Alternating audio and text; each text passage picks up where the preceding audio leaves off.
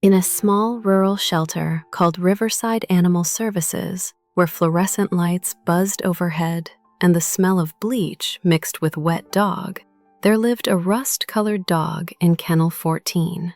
His fur had faded to the color of autumn leaves, and his muzzle had gone white with age. The tag clipped to his kennel door read, "Rusty, male, 14 years old, mixed breed." And beneath that, in faded marker, Day 647. 647 days is long enough to forget what hope feels like. Long enough to stop expecting it.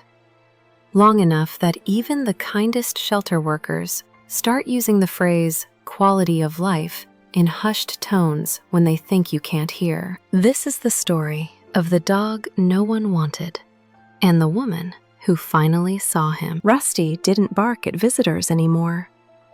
He barely lifted his head when people walked past his kennel. The puppies in the front rows jumped and spun and pressed their noses through the chain-link fencing, competing for attention with high-pitched yelps and wagging tails. But Rusty had learned that excitement only led to disappointment. The only person he still responded to was Emma, a college student who volunteered 3 afternoons a week. She brought him extra blankets when the nights turned cold. She sat cross-legged outside his kennel during her breaks, reading aloud from paperback novels because his ears would twitch forward when he heard a human voice. Sometimes she whispered to him through the wire, "Someone's coming for you, buddy. I know it." But even Emma had started to doubt. The parade of rejection had worn grooves into Rusty's soul. A young couple with a toddler stopped at his kennel once. The father said, "What about this one?" The mother glanced at the age on his tag and shook her head. 14? No. We want one that'll grow up with Lily." They moved to the puppy section. Rusty watched them go, his amber eyes tracking their movement until they disappeared around the corner. A middle-aged man stopped another time. He read the medical notes taped to the front of the kennel.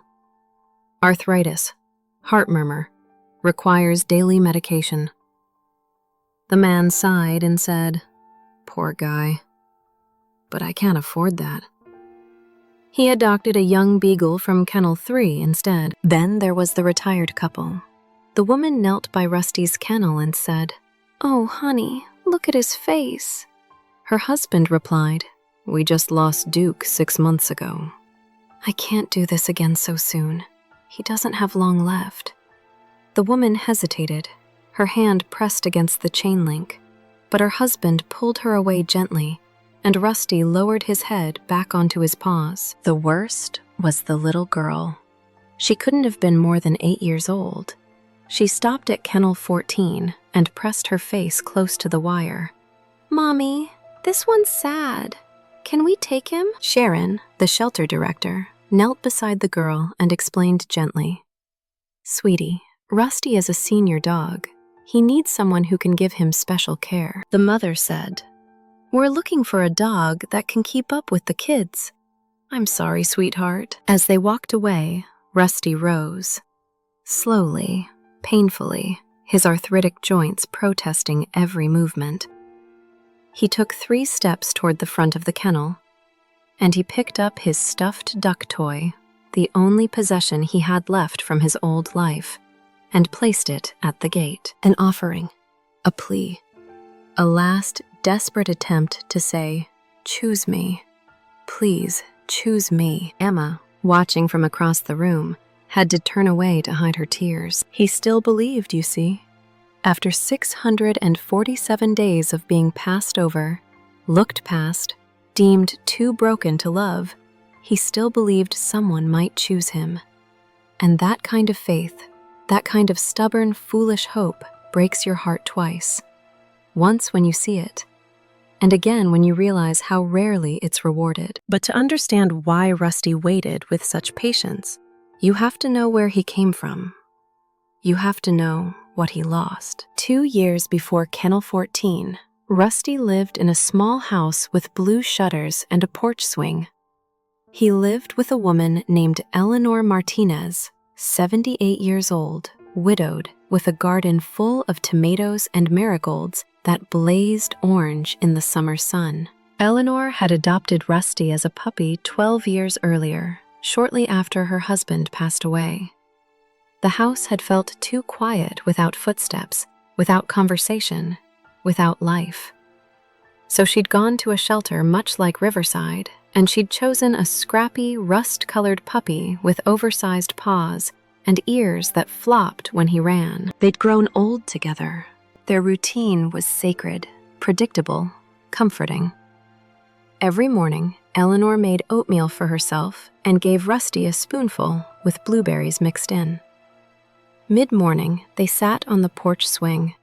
Eleanor read mystery novels aloud, her voice rising and falling with the drama of the plot, and Rusty dozed in the wedge of sunlight that fell across the wooden planks. In the afternoon, they walked around the block. Eleanor's pace was slow, measured by arthritis and age, and Rusty's gait matched hers perfectly, their disabilities synchronizing into a comfortable rhythm. Evenings, Eleanor watched Jeopardy! Rusty rested his head on her lap, and she stroked his ears absently while shouting answers at the television. She talked to him constantly. Not baby talk, but real conversation. She told him about her day, about the grocery store being out of her favorite yogurt, about the letter from her daughter in California who was too busy to visit but sent photographs of the grandchildren. She told him about her late husband, about the memories that surfaced unexpectedly, triggered by a song on the radio or the smell of coffee brewing. "You're the only one who listens without interrupting, Rusty," she'd say, scratching behind his ears in the exact spot that made his back leg kick involuntarily. "You're the only one who stays." Her children had moved away. California, Texas. Lives too busy, too full, too far away for regular visits. Phone calls on Sundays, cards on holidays. But Rusty was there every single day, constant, faithful, present. Eleanor told him everything. Her loneliness, her fear of being forgotten, her worry that she was becoming a burden to her children who had their own families now, their own concerns. And Rusty listened. Always. One October morning, Eleanor didn't wake up at her usual time. Rusty nudged her hand with his nose. No response. He whined, a high, anxious sound in the back of his throat. He paced to the bedroom door and back, his nails clicking on the hardwood floor. He returned to her bedside and nudged her again, harder this time. Still nothing. By noon, he was frantic, barking at the window, scratching at the front door. A neighbor, a woman named Patricia, who lived 2 houses down, heard the commotion. She'd been meaning to check on Eleanor anyway, since she hadn't seen her doing her usual morning garden watering. Patricia used the spare key Eleanor had given her years ago and let herself in. She found Eleanor unresponsive in bed and Rusty standing guard beside her, trembling. The paramedics came within minutes. Stroke. Massive. They loaded Eleanor onto a stretcher and rushed her to the hospital, while Patricia held Rusty by his collar to keep him from following. Eleanor's daughter Nicole flew in from California 3 days later. The doctors said her mother had suffered severe brain damage. She couldn't speak, couldn't recognize anyone. She'd need 24-hour care in a nursing facility. Nicole stood in her mother's house, surrounded by decades of accumulated life, and felt completely overwhelmed.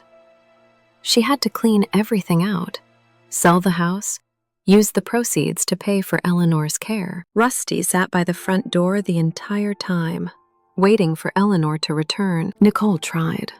She really did. She knelt beside Rusty and stroked his head and said, "I'm so sorry, buddy. I can't take you. My apartment doesn't allow dogs. And Mom, she's not coming home." She called several friends, asking if anyone could take him. But Rusty was 14 years old, with arthritis and a heart murmur. Nobody wanted the responsibility, the medical bills, the inevitability of loss. So Nicole called Riverside Animal Services. The surrender was quiet, businesslike, efficient. Nicole drove Rusty in a car that smelled wrong, sounded wrong, felt wrong. He resisted getting out when they arrived, his body going stiff, his claws scrabbling against the seat. At the intake desk, Sharon asked the standard questions. "Any medical issues?" Nicole's voice cracked. "He's 14. He has arthritis. He's on pain medication twice a day. And he has a heart murmur. The vet said it's manageable with medication." Sharon wrote everything down, her expression carefully neutral, professional. But Nicole saw the way her mouth tightened. She knew what 14 years old with medical issues meant in a rural shelter with limited resources and too many animals. Nicole signed the paperwork.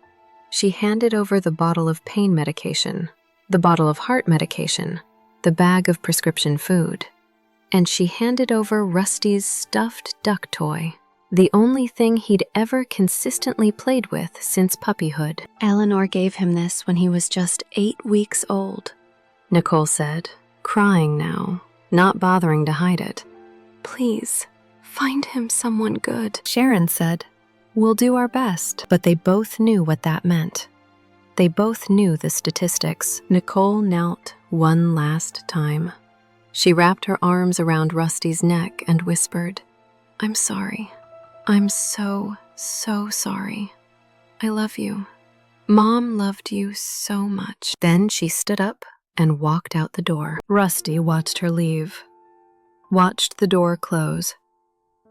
And then he sat down in the intake area and stared at that door for 3 hours straight, waiting for Nicole to come back. She never did. The first month in the shelter, Rusty refused to eat. Emma started spending her entire volunteer shift in his kennel, sitting on the cold concrete floor, hand-feeding him kibble one piece at a time. "You can't give up," she whispered, pressing individual pieces of food against his mouth until he finally, reluctantly, ate. "Someone's going to love you again, I promise." But it was a promise she had no power to keep. The first 3 months, Rusty jumped up every time the shelter door opened. His tail would wag, hopeful, desperate. He'd press himself against the front of his kennel, body trembling with anticipation. Maybe this time, maybe this person. But families walked past.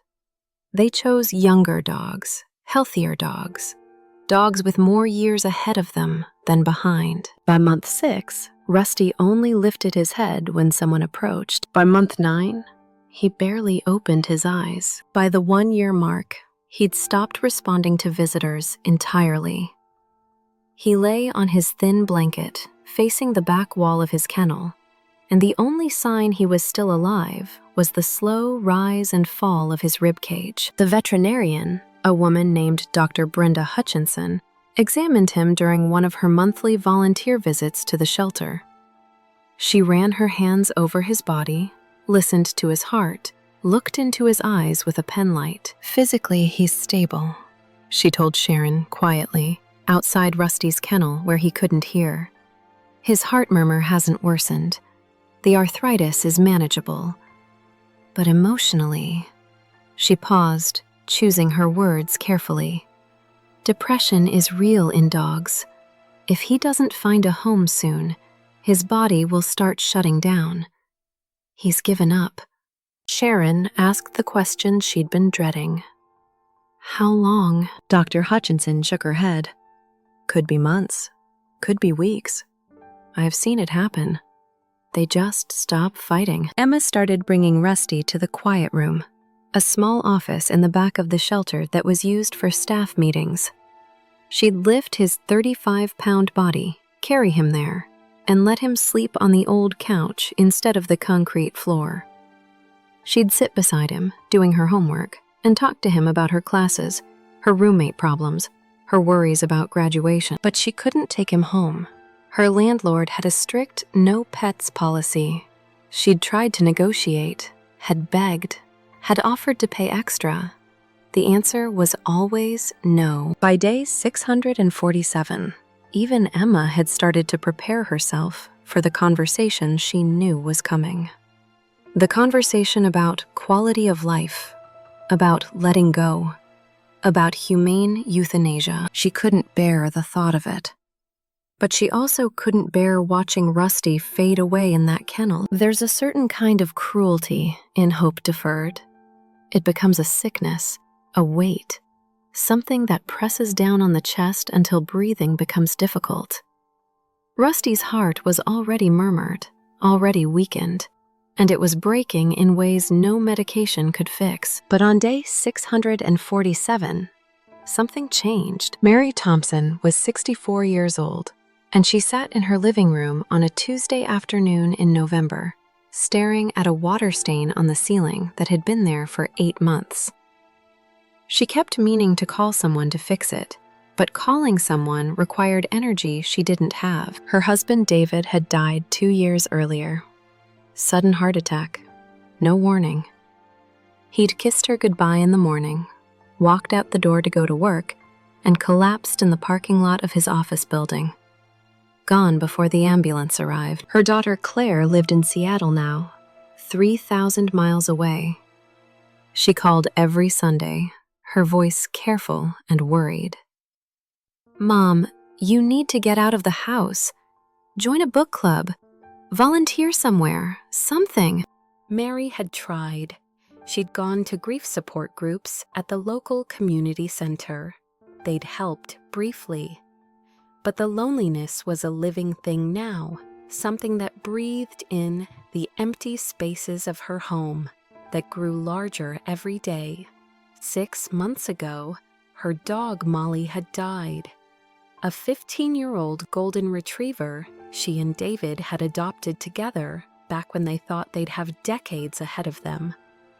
Molly had developed cancer, and Mary had held her at the vet's office while the injection stopped her heart, and it felt like losing David all over again. She hadn't considered getting another dog. It felt like a betrayal somehow, like replacing someone irreplaceable. But the house was suffocatingly quiet now. She found herself talking aloud, just to hear a voice, even if it was only her own. She'd narrate her actions like a cooking show. Now I'm making coffee. Now I'm walking to the mailbox. Now I'm pretending I have a reason to be alive. Her neighbor, a kind woman named Linda, who was probably 15 years younger and had a husband and 2 teenage sons, had been gently suggesting she visit the animal shelter. Not to adopt, Linda said carefully, sensing Mary's resistance. Just to look, just to spend time with animals. Sometimes that helps. Mary finally agreed, mostly to stop Linda from worrying. On day 647 of Rusty's stay at Riverside Animal Services, Mary Thompson walked through the front door.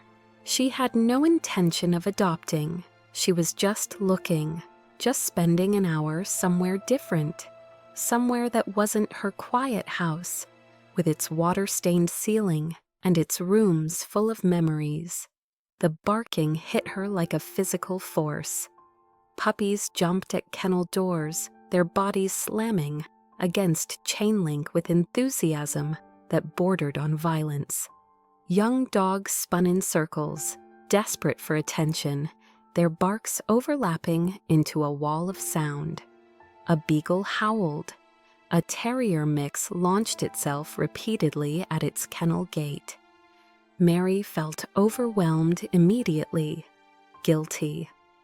These dogs needed homes, and she felt nothing when she looked at them. No connection, no spark of recognition.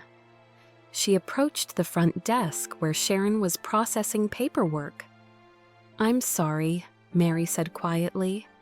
"I don't think I'm ready for this." Sharon looked up. She had kind eyes, tired eyes, eyes that had seen too many animals come and go. "Take your time," she said. "There's no pressure. If you'd like to see our quieter dogs, we have a senior section in the back hallway. Mary nodded, grateful for an escape route from the chaos. She walked down the back hallway. The noise faded here, 3 kennels on each side, older dogs, graying muzzles, bodies that moved slowly. And then she reached Kennel 14. Rusty was lying on his blanket, facing the back wall. His rust-colored fur looked dull under the fluorescent lights. His ribs were too visible beneath his coat.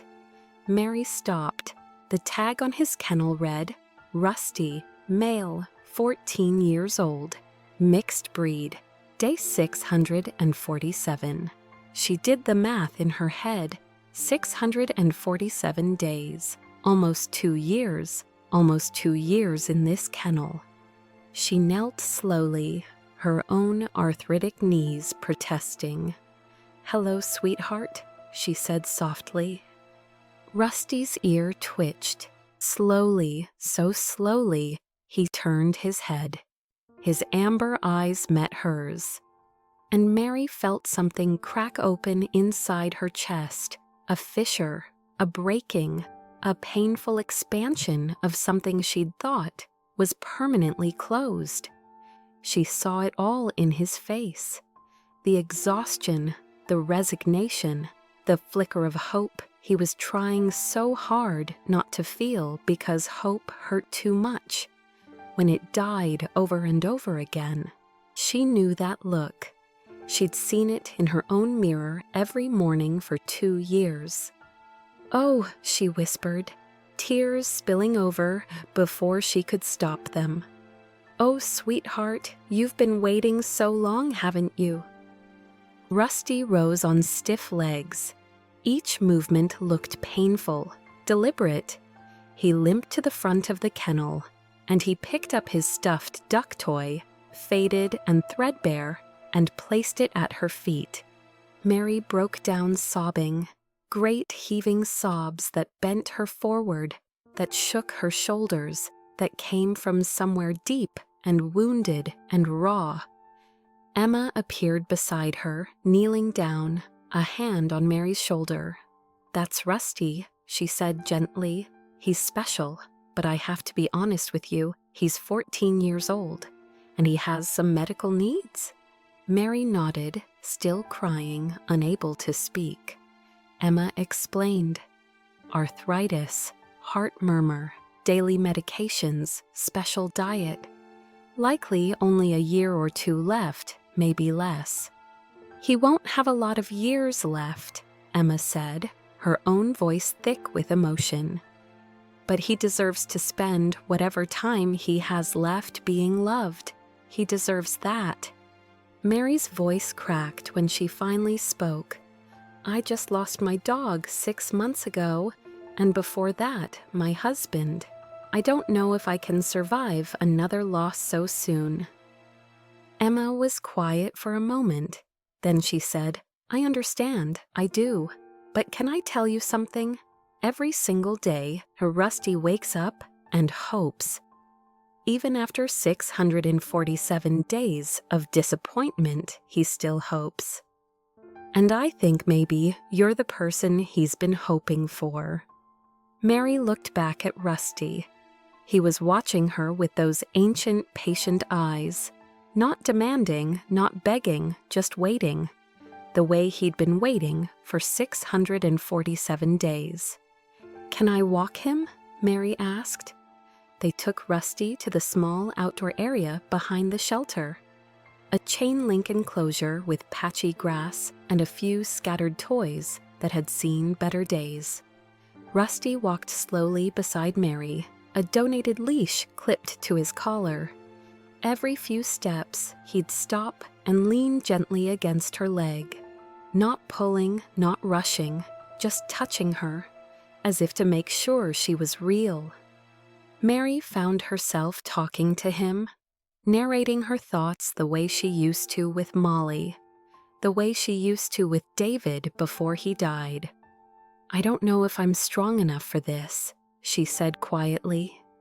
I don't know if I can open my heart again just to have it broken, because it will break, won't it? You'll become everything to me, and then you'll leave, and I'll have to survive another loss." Rusty stopped walking. He looked up at her, and in that look, Mary heard an answer she didn't know she needed. "Neither do I, but maybe we can try together." When they returned to the kennel, Emma opened the gate. Rusty walked inside, turned around 3 times on his blanket, and lay down. He didn't look at Mary, as if he'd already accepted this was another goodbye, as if he'd already braced himself for the disappointment of watching her walk away. Mary stood outside the kennel for a long moment, watching him. This broken dog who still somehow believed. This exhausted soul who still had the courage to offer his toy to strangers. She turned to Sharon at the front desk. "What do I need to sign?" Sharon's eyes went wide. Then they filled with tears. "Are you sure?" "No," Mary said honestly, "but I'm doing it anyway." The paperwork took 20 minutes. Medical history, behavioral notes, medication schedule. Sharon went over everything twice, making sure Mary understood the commitment she was making. Emma brought Rusty out on a leash. He looked confused, hesitant, as if waiting for the trick, for someone to say, "Just kidding," and put him back in Kennel 14. But Mary knelt down, eye level with him, and said, "You're coming home with me. You're safe now. No more waiting." She drove him to her house in the back seat of her car, his stuffed duck beside him. He didn't whine or bark. He just watched out the window as the shelter disappeared behind them. When they arrived, Mary opened the car door. Rusty stepped out carefully, looking around. The neighborhood was quiet. Trees lined the street. A few houses down, someone was mowing their lawn. Mary led him inside. He explored slowly. Kitchen, living room, bedroom. His nose working overtime, cataloging every scent, trying to understand this new place. When he reached the bedroom, he froze. There in the corner was Molly's old dog bed. Mary had never been able to throw it away. It still smelled faintly of golden retriever, of the years of love that had been poured into that spot. Rusty approached it cautiously, sniffed it thoroughly, circled 3 times the way dogs do, some ancient instinct telling them to trample down grass that wasn't there. And then, for the first time in 647 days, he lay down on something soft. He sighed, a deep, shuddering exhalation that seemed to release months of tension, and he closed his eyes. Mary sat on the edge of her bed, watching him sleep, really sleep. Not the fitful, anxious half-sleep of the shelter, but deep rest. His paws twitched. He was dreaming. "Okay," Mary whispered to the universe, to David, to Molly, to whatever force had brought this broken dog to her door. "Okay, we'll try." The first week was an adjustment for both of them. Rusty didn't trust the permanence at first. He followed Mary everywhere. Kitchen to living room to bathroom, bedroom to front door when she checked the mail. As if afraid she'd disappear if he lost sight of her, he barely ate. Old habits from the shelter died hard. Food wasn't guaranteed. Someone might take it away. Mary sat on the kitchen floor beside his bowl the first 3 days, hand-feeding him the way Emma had, one piece of kibble at a time. "You're safe now," she murmured. "You're allowed to stay. This is yours. I'm not going anywhere." By day 3, he ate on his own. By day 5, his tail wagged when she came home from the grocery store. By day 7, he slept through the night without whimpering. Mary made an appointment with a veterinarian, a man named Dr. James Kowalski, who'd been practicing for 30 years and had kind hands that moved gently over Rusty's body during the examination. He listened to Rusty's heart with a stethoscope, his expression thoughtful and focused. He manipulated each of Rusty's joints carefully, noting which movements caused the dog to flinch. He checked Rusty's teeth, his eyes, the condition of his coat. The heart murmur is grade 2 out of 6, Dr. Kowalski explained, removing his stethoscope and draping it around his neck. That's manageable with daily medication. The arthritis is moderate in his hips and front right shoulder. We'll start him on anti-inflammatory medication and a joint supplement. He's about 8 pounds underweight, which is typical for shelter dogs dealing with chronic stress. But that's easily fixable with proper nutrition and a calm environment. He looked directly at Mary, his expression serious but not unkind. With proper care, regular vet visits, and a lot of love, he could have another good year, maybe 18 months, possibly 2 years if we're lucky. Senior dogs are unpredictable, but whatever time he has left, you can make it comfortable and happy. Mary nodded, typing notes into her phone. Medication names, dosages, feeding schedules, supplement brands. Whatever he needs, she said quietly. Money isn't an issue. I just want him to be comfortable. Dr. Kowalski smiled then, the first real smile since they'd entered the exam room. He's very lucky you found him. Mary looked down at Rusty, who was leaning his full weight against her leg, trusting her to hold him steady on the slippery exam table. I think I'm the lucky one. Over the next 6 months, Rusty transformed. He gained back the weight he'd lost. His ribs disappeared beneath healthy muscle and a filling layer of fat.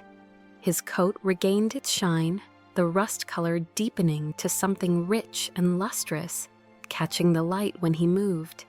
The dullness left his eyes, replaced by alertness, by curiosity, by something that looked remarkably like contentment. He began playing with his duck toy again. Not the frantic, desperate play of a dog trying to earn affection, but gentle tosses and soft catches. He'd pick it up, shake it once or twice, then drop it at Mary's feet with his tail wagging. A game, an invitation, a sign of trust. He discovered the backyard. Mary's house had a small fenced area with grass that needed mowing and flower beds that had been neglected since David died. Rusty claimed a sunny spot near the back fence, where the afternoon light came through at just the right angle. Sunbathing became his favorite activity. He'd lie there for hours, eyes half closed, his breathing slow and peaceful, soaking up warmth, like he was making up for all the cold concrete nights in the shelter. Mary started painting again, something she hadn't done since David's death. She'd been an amateur watercolorist for years, painting landscapes from photographs she'd taken on vacations. But after David died, she couldn't pick up a brush. The act felt too connected to joy, and joy felt like a betrayal of grief. But 3 months after bringing Rusty home, she set up her easel in the spare bedroom.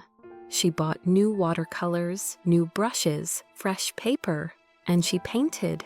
Rusty would lie beside her easel on an old blanket, occasionally sighing contentedly, and his presence made the room feel less empty, made the act of creating something beautiful feel possible again. Mary joined a local advocacy group for senior dog adoption. It was a small organization, maybe 20 members, that met once a month at the community center. They shared stories, raised money for medical expenses, and worked to change public perception about older dogs. Mary had never been an activist, had never been someone who spoke up or got involved. But now she had something to say. She started volunteering at Riverside Animal Services on Saturday mornings. Not in the kennels, she wasn't ready for that, but at the front desk, answering phones, processing adoption applications, greeting potential adopters, and gently steering them toward the older dogs who'd been there the longest. Rusty came with her. He'd walk slowly through the shelter, his gait still stiff from arthritis, but improved with medication. And the other dogs seemed calmer in his presence. The ones who barked frantically would quiet when he passed. The ones who cowered in the back of their kennels would come forward, as if they recognized him, as if they understood he'd been where they were and he'd survived. Emma was working her Saturday shift the first time Mary brought Rusty back. She looked up from mopping the floor, saw them walking through the door, and dropped the mop handle. It clattered against the concrete. She rushed over, tears already streaming down her face. She knelt down and wrapped her arms around Rusty's neck, burying her face in his fur. "You did it," she whispered, her voice breaking. "You made it. You're so beautiful. You're so healthy. Oh my God, you made it." Then she looked up at Mary, still crying. "You saved him." Mary shook her head, her own eyes filling with tears. "We saved each other." 10 months after the adoption, on a quiet Thursday evening in September, Mary sat on her couch reading a mystery novel. She'd always been a reader, but after David died, she'd stopped being able to focus on plots, on following storylines that required her to care about fictional characters when she couldn't care about her own life. But slowly, with Rusty's steady presence, the ability to lose herself in stories had returned. Rusty was beside her on the couch, his head heavy in her lap. His breathing was slow and steady, the kind of deep, relaxed breathing that only happens when a dog feels completely safe. Occasionally he'd dream, his paws twitching as he chased something only he could see. His lip would curl slightly, showing teeth, and Mary wondered if he was dreaming about his puppyhood, about running through fields before arthritis made running impossible. She found herself talking to him the way she used to talk to David, out loud, stream of consciousness, the kind of talking you only do with someone who won't judge, won't interrupt, won't try to fix things. "I didn't think I'd ever feel this again," she said quietly, her hand stroking behind Rusty's ears in the spot that made him sigh with pleasure. Purpose, joy, the feeling that my life matters to someone, that I have a reason to get up in the morning besides just existing through another day. Rusty's tail thumped softly against the couch cushions. 3 slow thumps, his version of responding. "After David died, I thought that part of my life was over," Mary continued, her voice getting softer. "The part where I mattered, where I was necessary. My kids are grown. They love me, but they don't need me anymore." Not really. They have their own lives, their own families, their own problems. And David he was my partner, my purpose. Without him, I was just going through motions, eating because I was supposed to eat, sleeping because eventually your body forces you to sleep, but not actually living. She paused, swallowing hard. The grief was still there. It would always be there, but it had softened somehow, made room for other things. "You know what's funny?" she said, looking down at Rusty's peaceful sleeping face. "Everyone kept telling me I saved you. Linda, Emma, the people at the advocacy group, everyone. They kept saying what a wonderful thing I'd done, adopting a senior dog, giving him a home. But the truth is, Rusty, I was drowning. I was actively drowning in my own house, and nobody could see it because I was still going through the motions, still paying my bills and answering my phone and pretending I was okay." Rusty shifted slightly, pressing more of his weight against her. "And then I walked into that shelter, and I saw you lying in that kennel. And you looked at me with those eyes, and I thought, if this dog can hope for 647 days, if this dog can keep believing even after, almost 2 years of rejection, then maybe I can hope too. Maybe I can believe that life isn't over just because part of it ended." She leaned down and kissed the top of his head, right between his ears where the fur was softest. "Thank you for not giving up. Thank you for waiting for me. Thank you for teaching me that broken things can heal, that it's okay to be scared of loss but do it anyway. That love is always worth the risk of grief." Rusty's tail thumped again, and Mary smiled, really smiled, for the first time in what felt like years. 1 year and 2 months after Mary adopted Rusty, Riverside Animal Services held their annual fundraiser in the community center. 70 people filled the folding chairs arranged in neat rows. Local news cameras were set up in the back, recording for the evening broadcast. The mayor was there, sitting in the front row. So were several city council members, local business owners, and dozens of community members who donated or volunteered over the years. Mary stood backstage, her hands shaking slightly. She wasn't a public speaker, had never been comfortable with attention or crowds, but Sharon had asked her to tell Rusty's story, and Mary couldn't say no. This story needed to be told. For all the other dogs still waiting, for all the other Rusties still sitting in kennels, watching families walk past. Sharon introduced her warmly, telling the audience about Mary's volunteer work, her advocacy, her transformation from a grieving widow who'd walked into the shelter with no intention of adopting to one of their most dedicated supporters. Mary walked onto the small stage, her legs unsteady. She was holding Rusty's stuffed duck toy in her hands, the same one he'd offered to her that first day, the same one he'd placed at dozens of strangers' feet before her, hoping each time that this person would choose him. She stood at the podium, looked out at the sea of faces, and began. This toy belonged to a dog who spent 647 days believing someone would choose him. Her voice was quiet at first, uncertain, but as she continued, it grew stronger.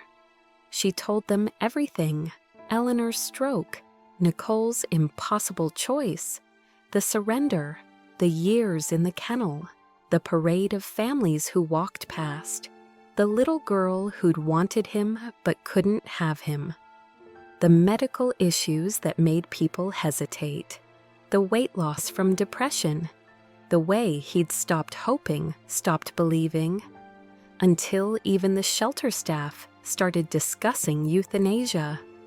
He'd been there so long, Mary said, her voice breaking slightly. 647 days, almost 2 years. And people kept walking past him. They'd look at his age, at his medical notes, and they'd move on to younger dogs, healthier dogs, dogs with more time left. She paused, gathering herself. And I understand why. I do. Adopting a senior dog with health issues, it's scary. You know you're signing up for heartbreak. You know you're going to fall in love with this creature and then lose them, probably soon. Why would anyone choose that? Why would anyone willingly walk into guaranteed grief? The room was completely silent. But here's what I learned, Mary continued, her voice steadier now. Rusty taught me something about time. We're all so obsessed with quantity, with how many years we get.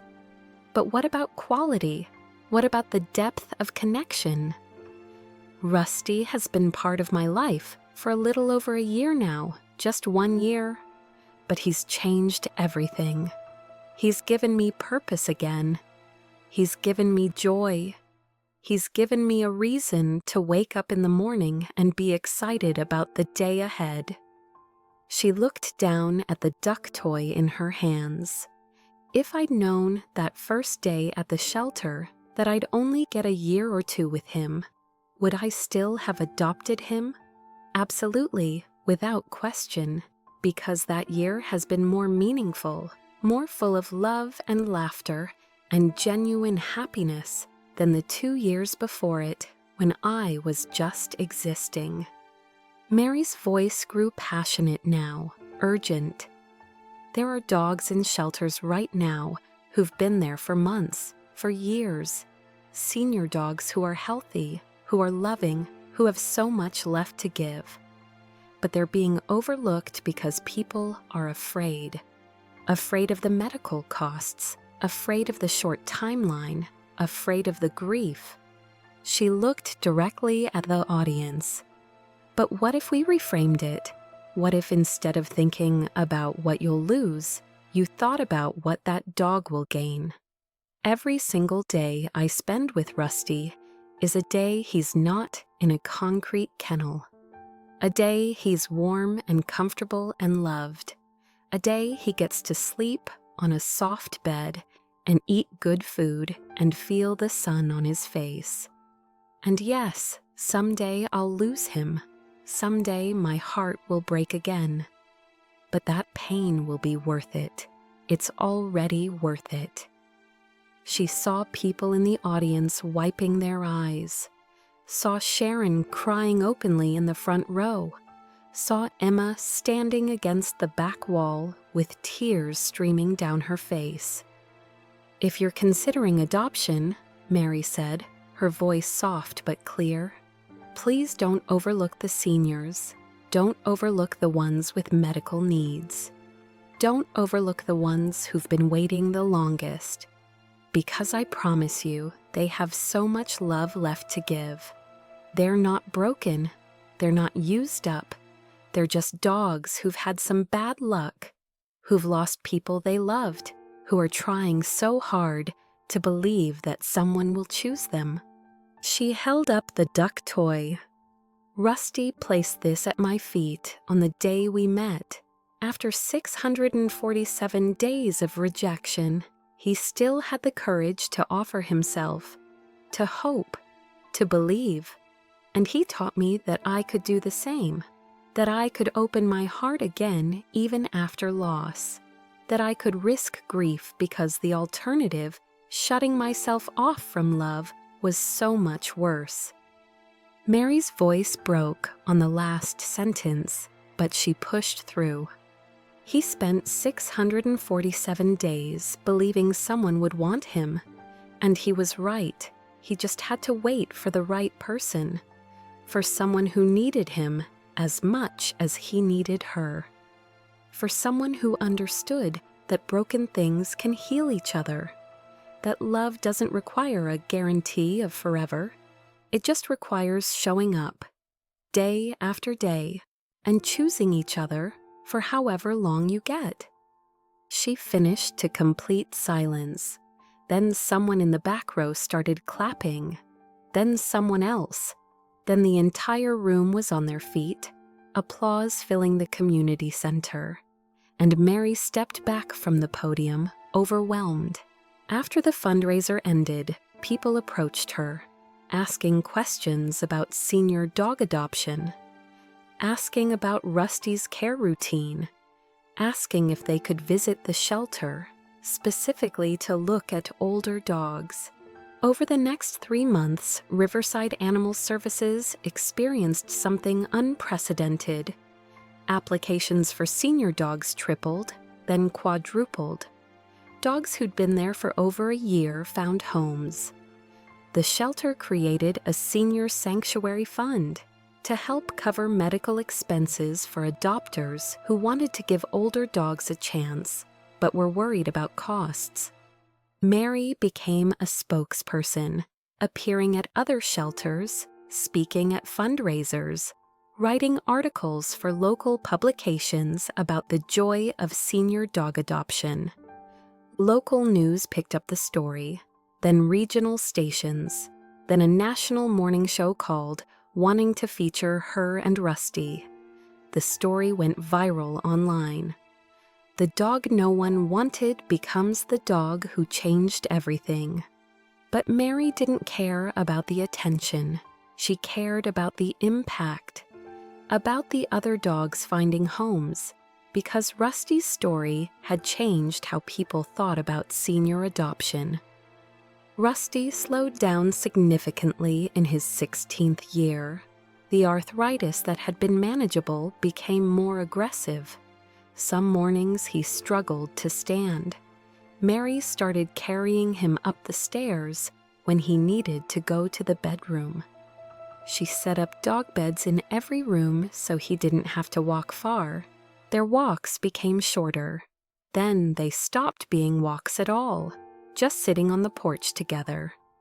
Mary in her chair, Rusty at her feet, both of them watching the neighborhood go by. He still had good days, days where his tail wagged enthusiastically and he'd play gently with his duck toy, days where he'd eat with appetite and follow her from room to room like he had in the beginning. But the bad days became more frequent, days where he barely moved, where he'd look at her with those amber eyes and she'd see the apology in them. "I'm sorry I'm slowing down. I'm sorry I'm not the dog I was." And she'd kneel beside him and stroke his head and whisper, "You have nothing to apologize for. You've given me everything. You've given me more than enough." Mary continued painting. Rusty would lie on his blanket beside the easel, his breathing labored now, but still present. Still there, and she'd paint him. Over and over, trying to capture the way the light caught his graying muzzle, the wisdom in his eyes, the peace he'd finally found. One morning in April, 3 months before, what would have been his 17th birthday, Rusty couldn't stand. Mary found him on his bed in the living room, struggling, his legs not cooperating. She knelt beside him and understood immediately. This was it. The day she'd known was coming since the beginning. She called Dr. Kowalski. He agreed to come to the house. "Let me make some calls and clear my schedule. I'll be there in an hour." Mary spent that hour lying beside Rusty on the floor. She told him everything, how much he'd meant to her, how he'd saved her life as surely as she'd saved his, how grateful she was for every single day, even the hard ones. "You taught me how to hope again," she whispered, her face pressed against his fur. "You taught me that love is always worth the risk, that broken things can be beautiful, that it's never too late to start over." Rusty's tail moved slightly, one last weak thump against the floor. When Dr. Kowalski arrived, Mary carried Rusty outside to his favorite spot in the backyard, the sunny patch near the fence where he'd spent so many peaceful afternoons. She laid him on his favorite blanket, the soft one with the fleece lining that she'd bought him during his first week home. The spring sun was warm on both of them. Birds sang in the trees. The world continued, beautiful and ordinary and heartbreaking. Dr. Kowalski prepared the injections while Mary held Rusty, her arms wrapped around him, her face buried in his neck. "You were wanted," she whispered as the first injection, the sedative, went in. "Every single day, from the moment I met you, you were wanted. I hope you knew that. I hope you felt that." Rusty's breathing slowed, deepened. The sedative was working. His body relaxed completely for the first time in months, the pain finally releasing its grip. "I love you," Mary said, her voice breaking. "I love you so much. Thank you for waiting for me. Thank you for not giving up. Thank you for teaching me how to live again." The second injection went in, the one that would stop his heart. Mary felt the exact moment he left, felt his body go still, felt the absence of his breathing, his presence, his soul. She stayed there for a long time, holding him, crying into his fur, saying goodbye to the dog who'd saved her life by letting her save his. 3 months after Rusty died, Mary returned to Riverside Animal Services.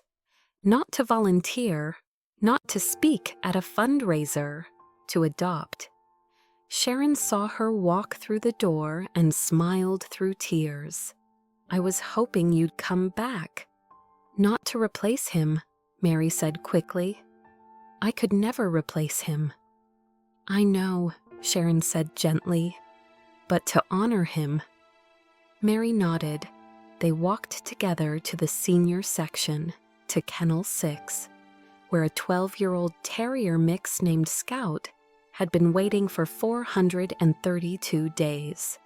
He was small, maybe 20 pounds, with wiry gray fur and one ear that stood up and one that flopped down. He had cataracts in both eyes and was mostly deaf. Nobody wanted him. But Mary knelt by his kennel and said, "Hello, sweetheart." Scout's cloudy eyes found her. His tail began to wag.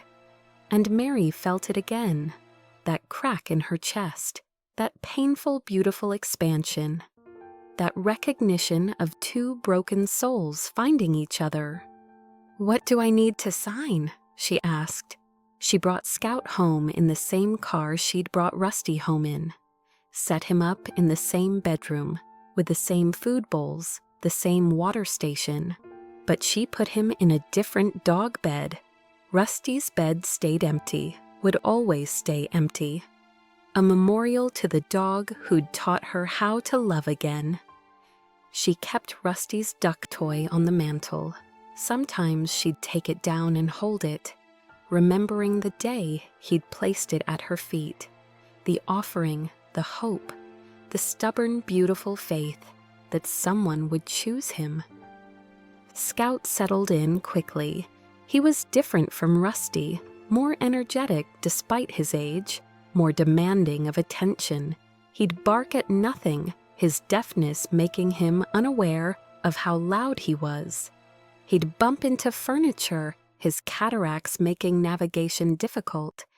But he was sweet, and he was grateful, and he followed Mary everywhere with the same desperate devotion Rusty had shown in the beginning.